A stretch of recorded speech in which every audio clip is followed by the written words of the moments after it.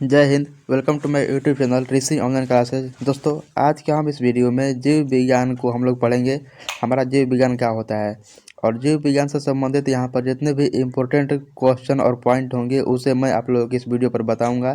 तो अगर आप लोग मेरे चैनल पर नए हैं तो इसे सब्सक्राइब कर लीजिएगा, क्योंकि मैं इसी प्रकार का वीडियो डालता हूँ और यह वीडियो आप लोगों के लिए बहुत ही इम्पोर्टेंट होगा। अगर आप लोग क्लास 10 से 12 की तैयारी कर रहे हैं या आप कंपैरेटिव लेवल के एग्ज़ाम का तैयारी करते हैं तो उसमें यह क्वेश्चन आपका और आपका जो हमारा यहाँ पर टॉपिक है, यह बहुत ही आपके लिए बहुत ही महत्वपूर्ण होगा। तो चलिए हम लोग वीडियो को शुरुआत करते हैं और इस वीडियो को आप लोगों को अच्छा लगे तो इसे लाइक शेयर और कमेंट कर दीजिएगा, ताकि इस वीडियो से मेरा हौसला बढ़ते रहे।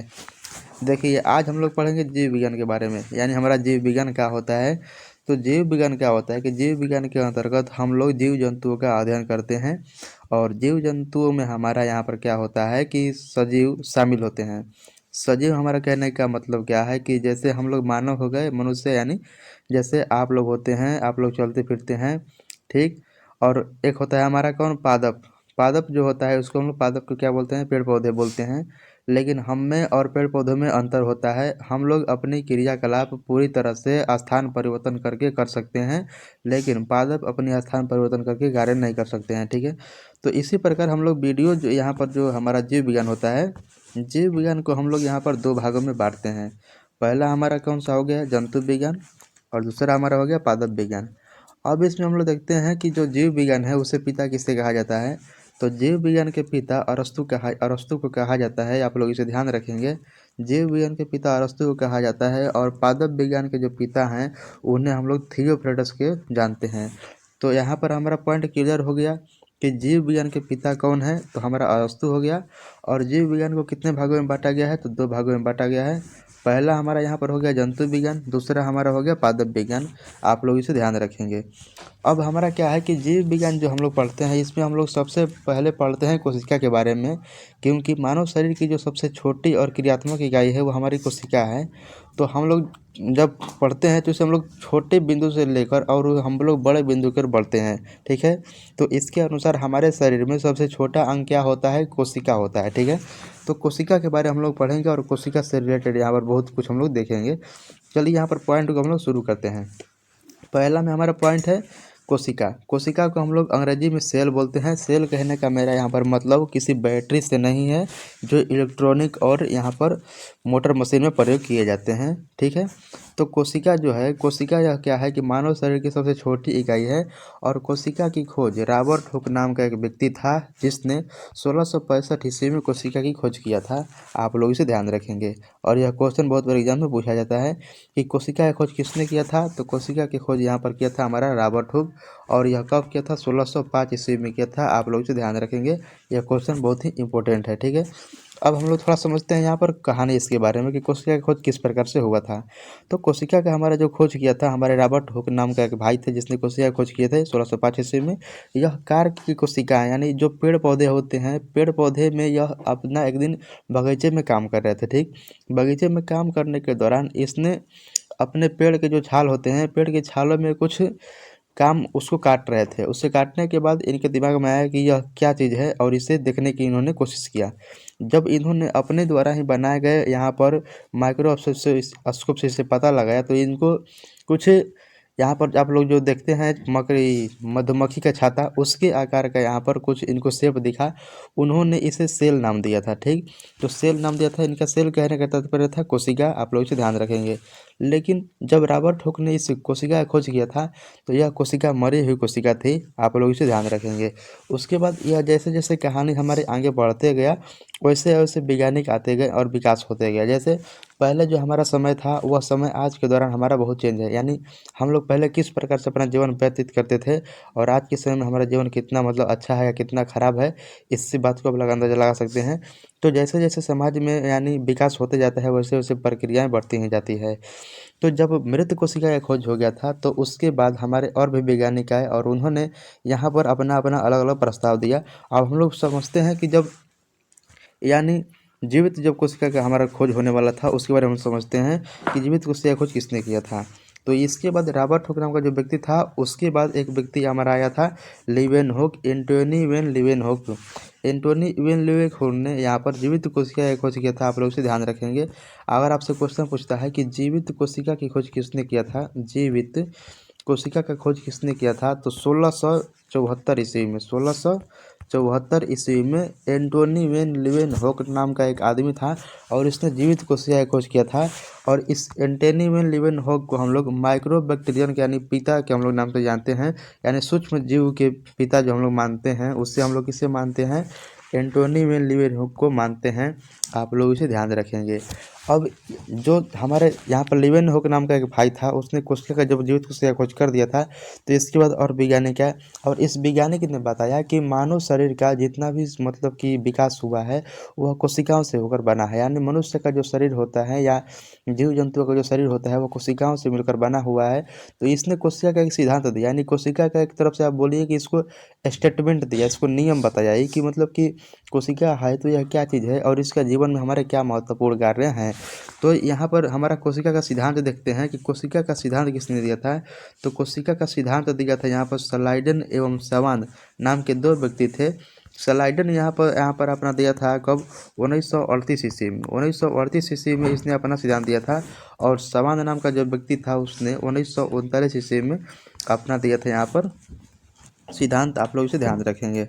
बढ़ते हैं इसके हम लोग और अगले यहाँ पर टॉपिक पर। और अगला टॉपिक हमारा यहाँ पर है कि हम लोग जब कोशिका के बारे में पढ़ रहे हैं तो हम लोग को जब किसी चीज़ के बारे में पढ़ते हैं तो हमारा जैसे एक मन होता है, क्या होता है, हमारा सोच होता है कि कोई काम कितना ख़राब हो सकता है और कोई काम कितना बढ़िया हो सकता है। तो हम लोग जब पढ़ रहे हैं कोशिका के बारे में तो हम लोग सोचेंगे कि सबसे बड़ा कोशिका किसका होता है और सबसे छोटा किसका होता है। पूरा मतलब दुनिया में, मतलब पूरा दुनिया में जितने भी जीव हमारे पाए जाते हैं उनमें सबसे बड़ा और सबसे छोटा किस में पाया जाता है। ठीक, तो यहाँ पर आप लोग याद रखिएगा कि सबसे जो बड़ा कोशिका पाया जाता है वह शुतुरमुर्ग का एक अंडा है। जो शुतुरमुर्ग का अंडा है उसमें हमारी बड़ी कोशिकाएं पाई जाती हैं। और अगर आपसे छोटा पूछेगा कि सबसे छोटी कोशिका किसकी होती है, तो सबसे छोटी कोशिका जो होती है वह माइकोप्लाज्मा की होती है। आप लोग इसे ध्यान रखेंगे। सबसे जो छोटी कोशिका होती है वह माइकोप्लाज्मा की होती है, आप लोग इसे ध्यान रखेंगे।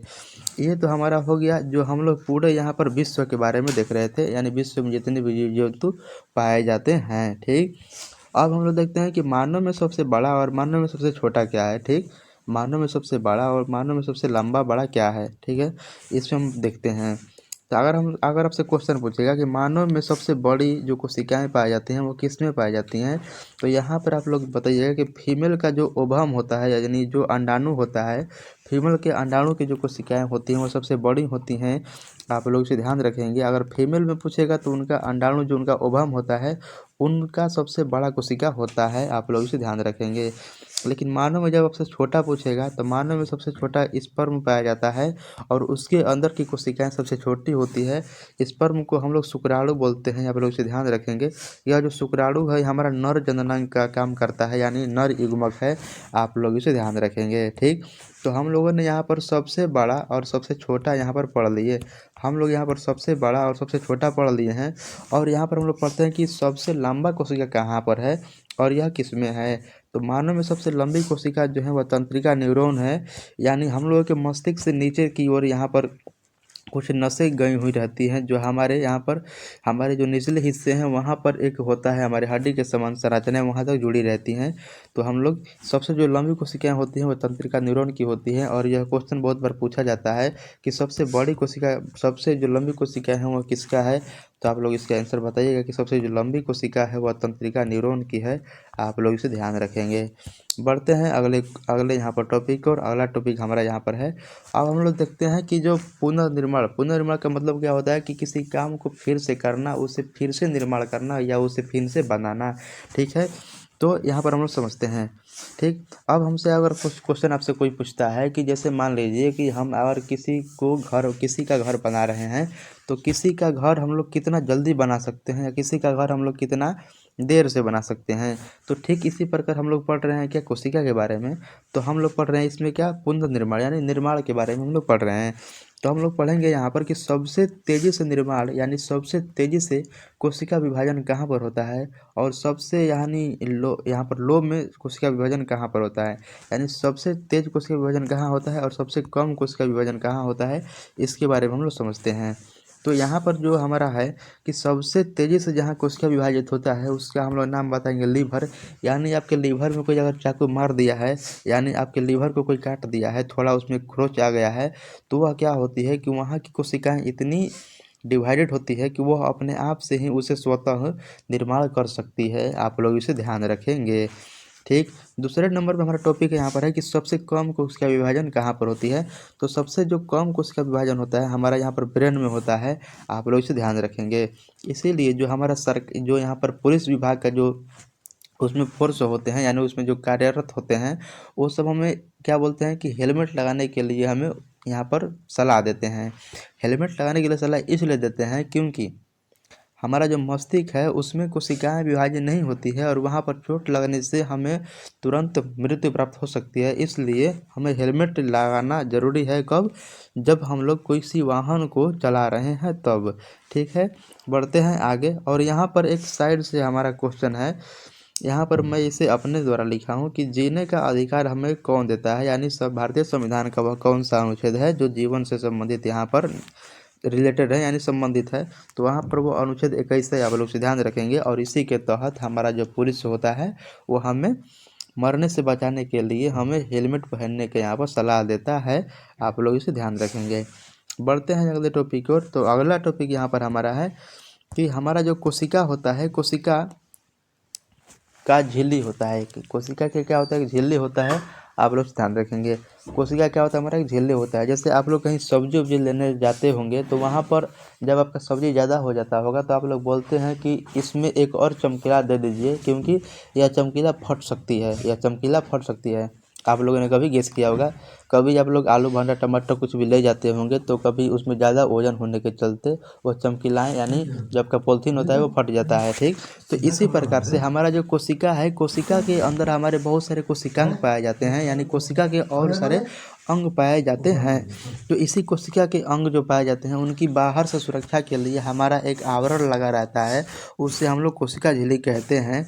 और यह जो कोशिका झिल्ली होता है यह निर्माण करता है किसका, प्रोटीन का, और यह प्रोटीन का बना होता है। आप लोग इसे ध्यान रखेंगे।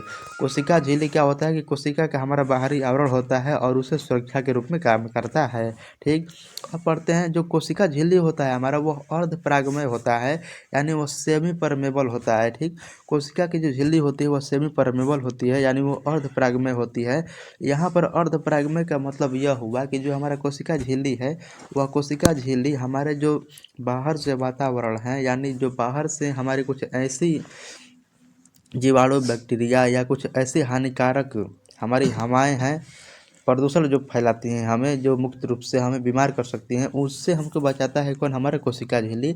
और यह जो आवश्यक होता है कोशिकांगों के लिए उसे यह अंदर लेती है, और जो इसके लिए ज़रूरत नहीं होता है उसे वो अंदर नहीं, बाहर नहीं आने देती है। यानी यह एक किसकी तरफ काम करती है, चौकीदार की तरफ काम करती है। जिसको अंदर जाना है उसे अंदर लेती है और जिसको बाहर जाना है उसको बाहर करती है। तो आप लोगों ने यहाँ पर समझ लिए होंगे। बढ़ते हैं आगे, हम लोग देखते हैं। ठीक, अब हमारा यहाँ पर हमारा चालू होता है कोशिका के बारे में हम लोग जितना अध्ययन था उतना हम लोग कर लिए। अब पढ़ते हैं कोशिकांग के बारे में। जैसे आप लोगों ने जब सब्जी लेते होंगे तो सब्जी पूरा लेने के बाद जैसे आलू भांटा टमाटर मुरई जितना भी आप लोग का सब सब्जी हो गया, यह किसी न किसी एक वस्तु में रहेगा, यानी यह जो जितना भी चीज़ है यह किसी एक के अंदर रहेगा। ठीक, इसी प्रकार से हमारा क्या है, कोशिका है। ठीक, इसी प्रकार से हमारा क्या है, कोशिका है। और इसी कोशिका के अंदर हमारे बहुत सारे चीज़ रहते हैं, उसे हम लोग बोलते हैं कोशिकांग। जैसे चमकील के अंदर आप लोग सब्जी लेते हैं तो उसमें बहुत सारा प्रकार का सब्जी रहता है, जैसे आलू टमाटर भांटा बैगन कुछ भी है इसमें हो सकता है। इसी प्रकार क्या हमारा है, कोशिका। और कोशिका के अंदर बहुत सारे कोशिका के अंग पाए जाते हैं जिससे हम लोग कोशिकांग के नाम से जानते हैं। ठीक, तो इसमें हमारा पहला कोशिकांग है माइटोकॉन्ड्रिया। इसमें हमारा पहला कोशिकांग क्या है, माइटोकॉन्ड्रिया। और माइटोकॉन्ड्रिया के बारे में हम लोग पढ़ते हैं। देखिए जो माइटोकॉन्ड्रिया है, माइटोकॉन्ड्रिया के खोज यहाँ पर किया था हमारा कौन, 1886 ईस्वी में। 1886 ईस्वी में माइटोकॉन्ड्रिया की खोज यहाँ पर आल्टमैन नाम का एक व्यक्ति था जिसने हमारा खोज किया था, किसका, माइटोकॉन्ड्रिया का खोज किया था। अब माइटोकॉन्ड्रिया को हम लोग ऊर्जा का घर के नाम से जानते हैं, ठीक। और इसके आंतरिक दीवार को हम लोग क्रिस्टी कहते हैं और यह ऑक्सीशोषण करता है। माइटोकॉन्ड्रिया के बारे में थोड़ा सा हम लोग यहाँ पर समझ लेते हैं, ठीक। माइटोकॉन्ड्रिया हमारा क्या है और यह क्या काम करता है, ठीक है। तो माइटोकॉन्ड्रिया जो है हमारे शरीर में श्वसन, जब हम लोग यानी जब हम लोग सांस लेते हैं तो हमारे सांस लेने के दौरान हमारे फेफड़े में भी कोशिकाएं पाई जाती हैं। तो फेफड़े में जब हमारी कोशिकाएं पाई जाती हैं तो वहाँ पर हम लोग क्या बोलते हैं उसको, कि जब हम लोग सांस लेते हैं तो वहाँ पर एक क्रेब्स साइकिल चलता है। यानी कोशिका के अंदर यानी माइटोकॉन्ड्रिया के अंदर उसके आंतरिक द्वार को हम लोग क्रिस्टी बोलते हैं और वहाँ पर एक क्रेब्स साइकिल चलता है। उस क्रेब्स साइकिल के दौरान हमारा 38 एटीपी का निर्माण होता है और 38 एटीपी मिलकर हमारे एक ग्लूकोज का निर्माण करते हैं और इसी ग्लूकोज से हमें ऊर्जा की प्राप्ति होती है। इसीलिए माइटोकॉन्ड्रिया को हम लोग ऊर्जा का घर या यहाँ पर ऊर्जा का घर के नाम से जानते हैं। आप लोग इसे ध्यान रखेंगे, ठीक है। बढ़ते हैं यहाँ पर हम लोग अगले टॉपिक की ओर और यहाँ पर देखते हैं, ठीक। यहाँ पर हमारा यहाँ पर दिया गया है कि 38 जो एटीपी होता है वह पूरा अपने 38 को मिलाकर एक ग्लूकोज का निर्माण करता है। आप लोग इसे ध्यान रखेंगे। और इस माइटोकॉन्ड्रिया को हम लोग पावर हाउस के नाम से जानते हैं। कोशिका के पावर हाउस के नाम से किसे जानते हैं, तो माइटोकॉन्ड्रिया के जानते हैं। यह क्वेश्चन बहुत ही इम्पोर्टेंट होता है आपके किसी भी एग्जाम के लिए कि पावर ऑफ बॉडी के नाम से किसे जानते हैं या पावर हाउस के नाम से किसे जाना जाता है। आप लोग इसे ध्यान रखेंगे। यहाँ पर एटीपी का पूरा नाम पूछता है तो इसका नाम होता है एडोनोसिन ट्राइफॉस्फेट। एडोनोसिन ट्राइफॉस्फेट इस एटीपी का नाम होता है। आप लोग इसे ध्यान रखेंगे। इस एटीपी का नाम क्या है, एडोनोसिन ट्राइफॉस्फेट। बढ़ते हैं अगले और यहाँ पर हमारा दूसरा कोशिकांग है, इसके बारे में हम लोग पढ़ते हैं। दूसरा हमारा कोशिकांग है यहाँ पर कौन, गल्जी बॉडी। गल्जी बॉडी या सी जो गल्जी बॉडी है, यह गल्जी बॉडी का खोज जो किया था वह कैमिलो गल्जी नाम का एक व्यक्ति था। इसने कैमिलो गल्जी नामक व्यक्ति ने गल्जी बॉडी का खोज किया था। आप लोग इसे ध्यान रखेंगे। और यहाँ पर जो हमारा है क्या है कि गल्जी बॉडी क्या काम करता है, आप लोग इसे समझ लीजिएगा। तो यह हमारा काम करता है क्या, आप लोग इसे ध्यान रखेंगे। यह ऊर्जा का परिवहन करता है। शरीर के सभी कार्य क्या होता है उसके बारे में हम लोग देखते हैं, ठीक है। गॉल्जी बॉडी का हमारा कार्य क्या होता है, तो यह ऊर्जा का परिवहन करता है शरीर के सभी भागों में। आप लोग इसे ध्यान रखेंगे। जब आप लोगों को देखते होंगे कि कहीं पर कोई सामान बना दिया जाता है, जैसे फैक्ट्री समझिए आप लोग ने, यहाँ पर फैक्ट्री जो हो गया, फैक्ट्री में क्या होता है कि हमारा बहुत सारा प्रोडक्ट तैयार हो जाता है, ठीक। अब उसे ले जाने के लिए हमारा अलग अलग साधन होता है। जैसे कोई जो आपका सामान होता है किसी बड़े ट्रक में जाता है, कोई टेम्पो में जाता है, कोई पिकअप में ले जाता है, या मतलब उसके कोई ना कोई साधन होते हैं, कोई रेलगाड़ी में ले जाता है। तो इसी प्रकार से जब हमारा ऊर्जा बन गया तो इसे ले जाने के लिए भी तो कोई होना चाहिए ना। तो ले जाने के लिए यानी ट्रांसपोर्ट के यहाँ पर काम के रूप में कौन करता है, तो गल्जी बॉडी नाम का एक यहाँ पर हमारा क्या है, कोशिकांग है। और ये हमारा ऊर्जा को शरीर के एक भाग से दूसरे भागों में ले जाने का कार्य करता है। आप लोग इसे ध्यान देंगे। बढ़ते हैं तीसरे कोशिकांग के अंदर और तीसरा कोशिकांग यहाँ पर हमारा है। आप लोग इसे ध्यान देंगे। और यह मेरे समझ से और मेरा जहाँ तक अनुभव है तो यह क्वेश्चन बहुत ही इम्पोर्टेंट है और यहाँ से क्वेश्चन हमेशा पूछा जाता है आपके किसी भी वनडे एग्जाम में। इसको हम लोग बोलते हैं इंडोप्लाज्मिक रेटिकुलम, या इससे हम लोग हिंदी में इसका नाम है अंतःप्रद्रव्य जालिका। अंतःप्रद्रव्य जालिका। और यह क्या होता है इसके बारे में हम लोग समझते हैं। जो अंतःप्रद्रव्य जालिका है वो हमारे कोशिकांग के अंदर यह एक हड्डी के रूप में काम करता है, यानी यह आंतरिक कंकाल के रूप में काम करता है। हमारे शरीर में कंकाल का क्या कार्य है आप लोग इसे ध्यान से समझ सकते हैं। हमारे शरीर में कंकाल हमें मुख्य रूप से खड़ा होने में सहायता प्रदान करता है, यानी हमारे एक शरीर का ढांचा निर्माण में यह सहायता करता है। अगर किसी व्यक्ति का पैर दोनों मारकर तोड़ दिया जाए तो वह आवश्यक है कि वह नीचे ज़मीन पर गिर जाएगा, क्योंकि उसका जो सहारा बनने वाला चीज़ था वहीं उसका टूट गया है, ठीक है। तो इसी प्रकार का काम हमारा कौन करता है, इंडोप्लाज्मिक रेटिकुलम, जिससे हम लोग अंतःप्रद्रव्य जालिका के नाम से भी जानते हैं। और इसके यहाँ पर क्या होता है, मुख्य रूप से दो भाग होते हैं। यह दो भाग में पाया जाता है। जो इंडोप्लाज्मिक रेटिकुलम है यह दो भागों में पाया जाता है। यहाँ पर आप लोग इस भाग का संरचना देख सकते हैं। ये हमारा इंडोप्लाज्मिक रेटिकुलम है और यहाँ पर ये जो डॉट डॉट वाला आपका ऑप्शन दिख रहा है, जो डॉट डॉट वाला आपका यहाँ पर ऑप्शन दिख रहा है, यह डॉट वाला ऑप्शन आपको दिखा रहा है किसको, रफ वाले साइड को, और जो यहाँ पर खाली स्थान दिखा रहा है ये आपको दिखा रहा है स्मूथ वाले भाग को, और स्मूथ वाले भाग को ये दिखा रहा है। आप लोग इसे ध्यान रखेंगे। यानी हमारा इंडोप्लाज्मिक रेटिकुलम के यहाँ पर मुख्य रूप से दो भाग हैं। तो इसमें एक भाग हमारा है क्या, रफ साइड, और एक हमारा क्या है, स्मूथ साइड। तो यहीं से हमारा एक क्वेश्चन बन जाता है। जो स्मूथ वाला होता है, हमारा जो स्मूथ वाला भाग होता है, यहाँ पर वसा का निर्माण होता है और यह तैलीय पदार्थ प्रकार का होता है। जो इंडोप्लाज्मिक रेटिकुलम का जो स्मूथ वाला भाग है, वहाँ से हमको वसा का निर्माण होता है और वहाँ से तैलीय पदार्थ का निर्माण होता है। आप लोग इसे ध्यान रखेंगे। लेकिन इसी प्रकार से जब हम लोग यहाँ पर पढ़ते हैं उसके दूसरे भाग को हम लोग कहते हैं रफ साइड, और इसमें हमारा राइबोसोम पाया जाता है। यहाँ पर जो आपके छोटे छोटे जो ये सब दिख रहे हैं आप, यह हमारा क्या है, यह सब राइबोसोम है, और इसी राइबोसोम के माध्यम से हमारा प्रोटीन का निर्माण किया जाता है। तो आप लोग इसे ध्यान रखेंगे। प्रोटीन का निर्माण कौन करता है, तो राइबोसोम करता है। आप लोग इसे ध्यान रखेंगे। राइबोसोम जो है यह प्रोटीन का यहाँ पर निर्माण करता है। राइबोसोम प्रोटीन का निर्माण करता है, इसलिए राइबोसोम को हम लोग प्रोटीन की फैक्ट्री के नाम से भी जानते हैं। आप लोग इसे ध्यान रखेंगे। प्रोटीन की फैक्ट्री के नाम से किसे जाना जाता है, तो राइबोसोम को जाना जाता है। आप लोग इसे ध्यान रखेंगे।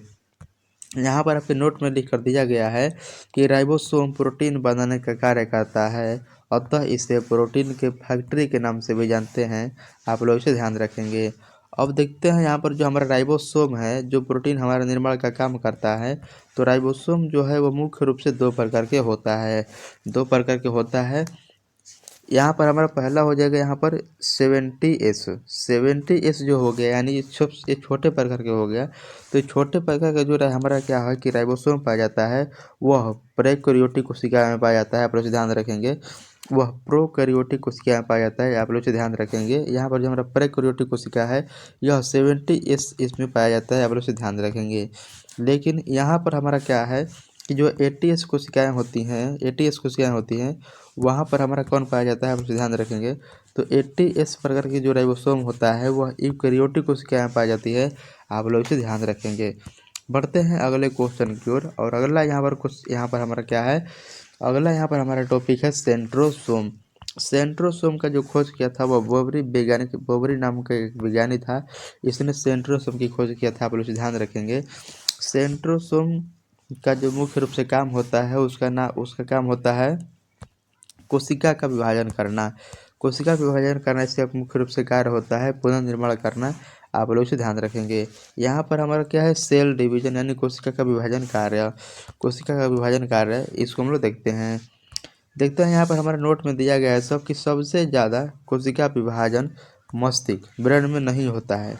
सबसे ज़्यादा जो हमारा कोशिका विभाजन होता है वो ब्रेन में नहीं होता है, परंतु 10% उसमें गिलियन सेल के उपस्थिति में यह कार्य तेजी से विभाजन होता है, और इस विभाजन के फलस्वरूप उत्पन्न समस्या को हम लोग कैंसर के नाम से जानते हैं। बात को समझने के यहाँ पर थोड़ा सा गौर करिएगा आप लोग कि हमारा जो कोशिका विभाजन होता है वह मस्तिष्क में केवल 10% के नामो निशान के बराबर होता है, और इसी 10% में हमारा पाया जाता है गिलियन सेल नाम का एक पदार्थ पाया जाता है।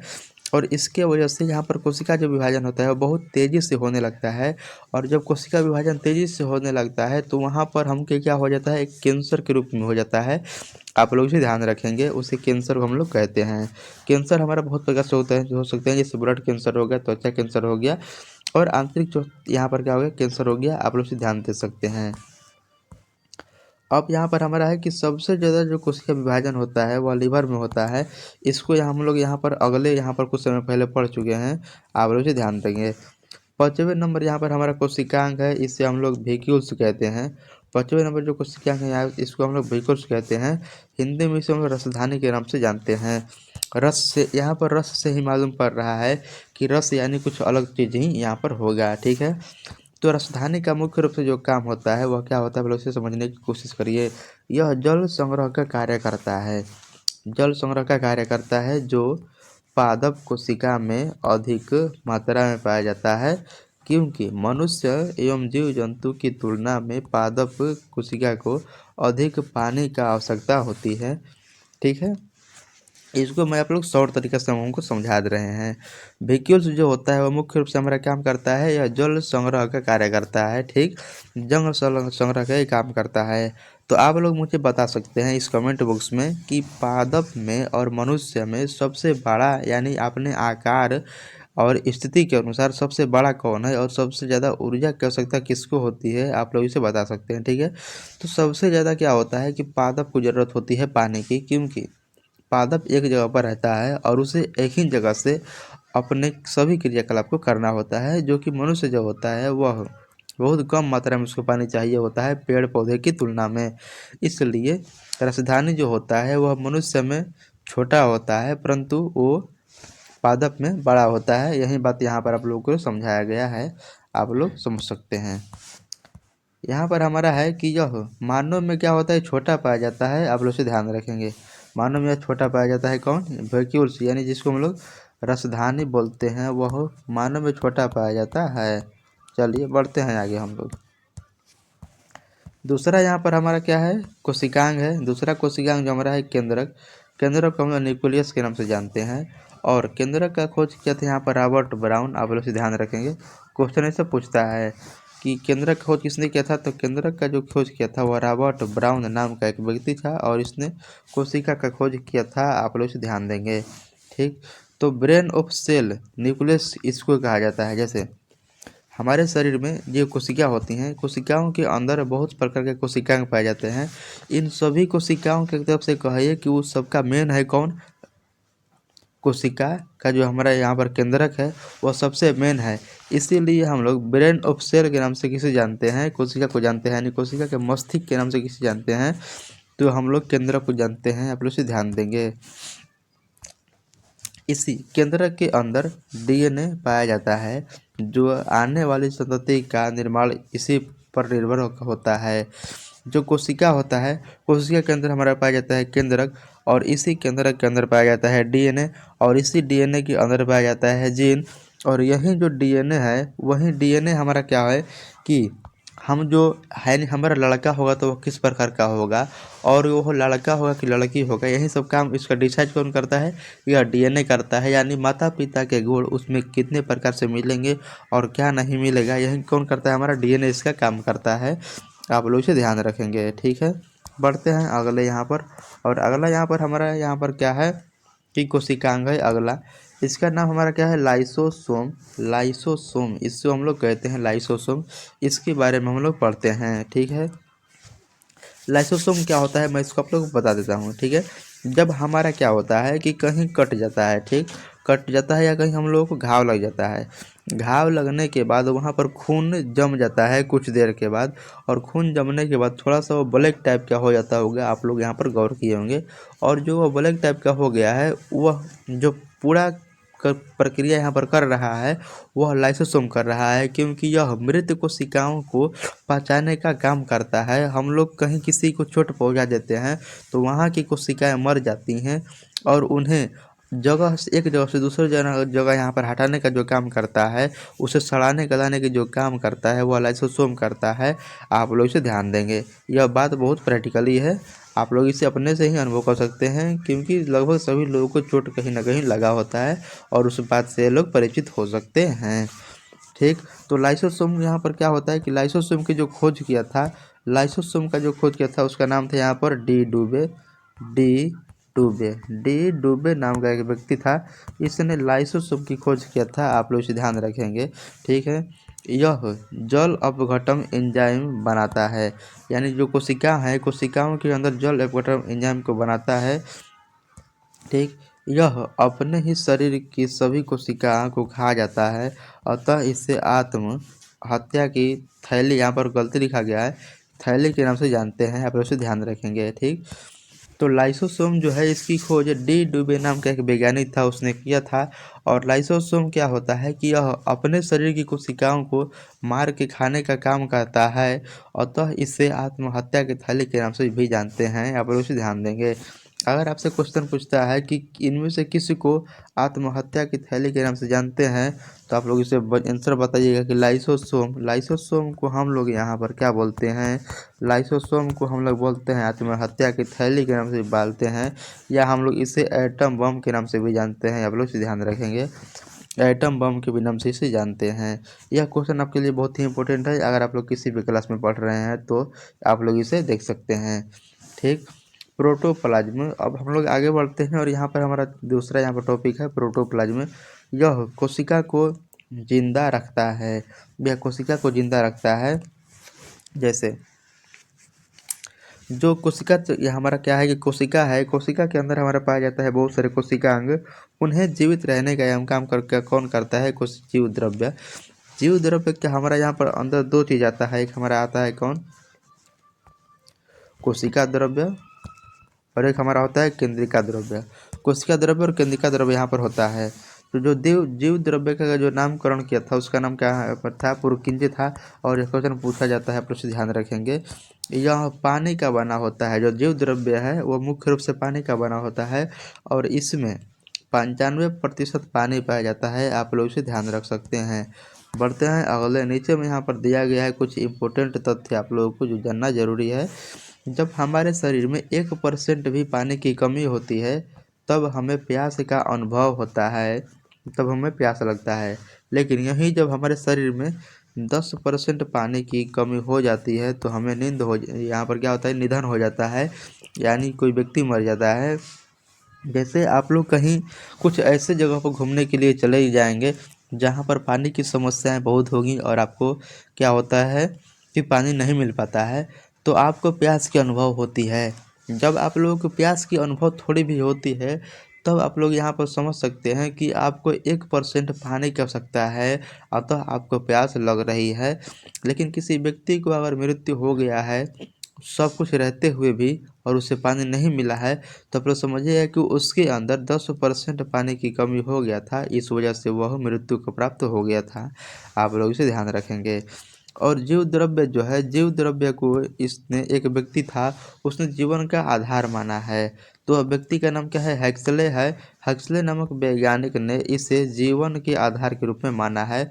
यानी यह बंदा बताया है कि जीव द्रव्य का यानी क्या है, हमारा उपयोग जीवन में क्या है, आप लोग भी ध्यान रख सकते हैं। ठीक है, बढ़ते हैं अगले यहाँ पर हम लोग टॉपिक पर और समझते हैं यहाँ पर हम लोग की जो पादप कोशिकाएं हैं और जो जंतु कोशिकाएं हैं, इनमें मुख्य रूप से अंतर क्या क्या होती हैं, और कौन कौन से कोशिकांग पादप में भी पाए जाते हैं और क्या होते हैं, यानी जंतु कोशिका में भी पाया जाता है। तो यहाँ पर आप लोगों के कहने का मेरा मतलब ये है कि जंतु कोशिका और हम लोग पादप कोशिका में अंतर आज यहाँ पर स्पष्ट करेंगे, आप लोग इसे ध्यान रखेंगे। इस प्रकार से जो चित्र आपको दिखाई दे रहा है, इस प्रकार से जो आपका चित्र दिखाई दे रहा है, यहाँ से आपका क्लियर हो सकता है, आप लोग इसे ध्यान रख सकते हैं। यहाँ से आप लोगों का क्लियर हो सकता है। देखिए यहाँ पर एक हमारा क्या हो गया? जंतु कोशिका हो गया, ग्रीन वाला हमारा जंतु कोशिका हो गया, और यहाँ पर रेड वाला मैं आपके लिए बना दे रहा हूँ। जो यहाँ पर रेड वाला है यह क्या हो गया? हमारा यहाँ पर प्लांट कोशिका हो गया। ठीक, तो अब हम लोग इसको समझते हैं, आप लोग ध्यान दीजिएगा।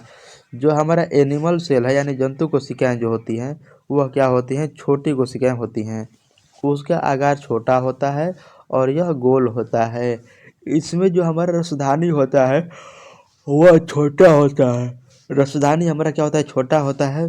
और ये लोग जो गति करते हैं तो ये लोग गति करते हैं सिलिया और फ्लैजेला के द्वारा, आप लोग इसे ध्यान रखेंगे। ठीक, और जो यहाँ पर पादप कोशिकाएं होती हैं वह पादप कोशिकाएं बड़ा होती हैं, चौकोर होती हैं। इसमें रसधानी बहुत ज़्यादा बड़ा पाया जाता है, मैं कुछ समय पहले इसे बता चुका हूँ। और सेल वाल, इसमें सेल वाल पाया जाता है, और यहाँ पर क्या होता है? प्लास्टिड पाया जाता है, आप लोग इसे ध्यान रखेंगे। और कुछ यहाँ पर हमारे कोशिकांग ऐसे होते हैं जो जंतु कोशिकाओं और पादप कोशिकाओं दोनों में पाए जाते हैं, आप लोग इसे ध्यान रखेंगे। इसे देखते हैं हम कि कौन कौन से कोशिकांग हैं जो सभी में दोनों में पाए जाते हैं, यानी वो दोनों क्या है? बीच बीच में रहते हैं। ठीक, तो माइटोकॉन्ड्रिया, सेंट्रोसोम, गोल्जी बॉडी और राइबोसोम, यानी यह चारों जो चीज़ें भी हैं, इस चारों चीज़ को उपयोग लगभग जंतु कोशिकाएं और यहाँ पर पादप कोशिकाएं दोनों लोग करते हैं, आप इसे ध्यान रख सकते हैं। ठीक है, बढ़ते हैं अगले टॉपिक और नेक्स्ट टॉपिक यहाँ पर नीचे आप लोगों को दिखाई दे रहा है। कुछ समय के लिए हम लोग समझते हैं कि प्रोकैरियोटिक और यूकैरियोटिक कोशिकाओं में क्या अंतर होती हैं। प्रोकैरियोटिक और यूकैरियोटिक कोशिकाओं में हमारा क्या अंतर होती हैं। प्रोकैरियोटिक जो कोशिकाएं होती हैं वह मुख्य रूप से विकसित नहीं होती हैं, यानी उसमें विकास की अवधि जो होता है वह कहीं कहीं पर हुआ रहता है और कहीं कहीं पर नहीं हुआ रहता है। आप लोग इसे ध्यान सकते हैं। इसमें हमारे सूक्ष्म से सूक्ष्म जीव शामिल हो सकते हैं, जो हमें नग्न आंखों से, कहने का मेरा मतलब है कि हम लोग उन्हें खुली आंखों से नहीं देख सकते हैं। उन्हें देखने के लिए हमें दूरबीन की आवश्यकता हो सकती है। आप इसे माइक्रोस्कोप की भी आवश्यकता हो सकती है। दूसरा हमारा यहाँ पर कौन है, यूकैरियोटिक कोशिकाएं। यूकैरियोटिक कोशिकाएं वे होती हैं जिनका शरीर और उसका आकार एक विकसित रूप ले लिया होता है, उसे हम लोग यूकैरियोटिक के नाम से जानते हैं। और जितने भी मनुष्य, पेड़ पौधे जिससे हम लोग अपने आंखों से देख सकते हैं, वो हमारा किस में आ जाएगा, वो यूकैरियोटिक में आ जाएगा। आप लोग उसे ध्यान सकते हैं। बढ़ते हैं अगले क्वेश्चन की ओर।